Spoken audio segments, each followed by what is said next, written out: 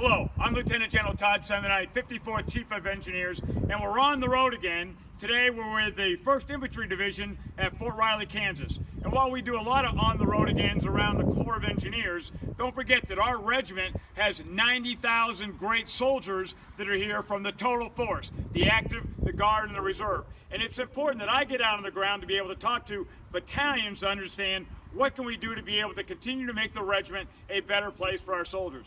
Two great battalion commanders here. Both of them have taken command this summer. First of all, Lieutenant Colonel Scott Miller, the commander of the 1st Engineer Battalion. Scott, you are the freshest battalion back from the National Training Center. Just came back, a lot of great lessons learned. What would be one of the big takeaways you'd want to share with the audience on what your battalion learned at the NTC? Yes, sir. Thank you for that question. It's humble to be here. Honored that you're present here. The number one takeaway from NTC is that the BB is the Swiss Army knife of the BCT. So what we did at NTC was, first and foremost, we are the Engineer Battalion, but we're much more than an Engineer Battalion. We're also a landowner, a multifunctional team.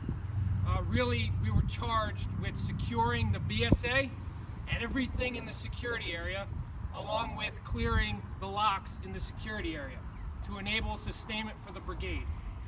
And also, we are the brigade's enabler, integrator. Along those lines, we were highly successful in the defense.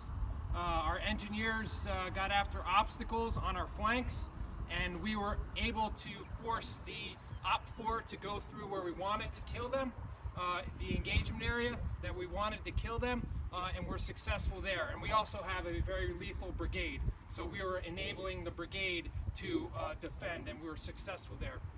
And also at NTC, the largest lesson learned for us is shared understanding of all the enablers that the BB brings to bear, and on their capabilities and employment across all staffs, especially the BB staff, but also all the supported task force staffs and the brigade staff. So commanders, including company commanders and above, understand capabilities and employment within the BEB.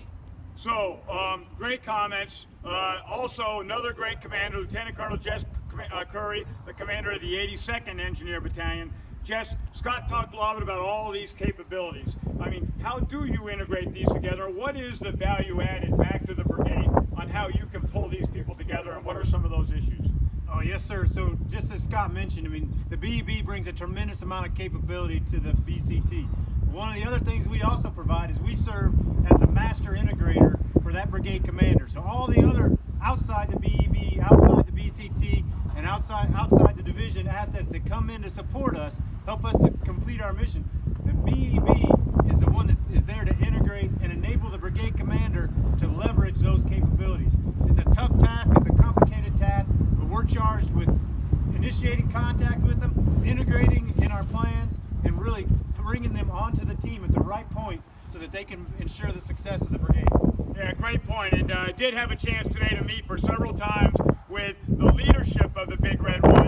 And one of the points that one of the senior leaders said is that we have to make sure that the maneuver team understands how to use us. And I think that's what's important, is not only do we have great capability, but because we've been fighting the war for 15 years, we've got to go back in and be able to build back in and make sure they understand how to leverage your engineer battalions, how to leverage that enabled capability to make the BCT a better team. So I think with that, the bottom line, great team here at Fort Riley. We're excited to be building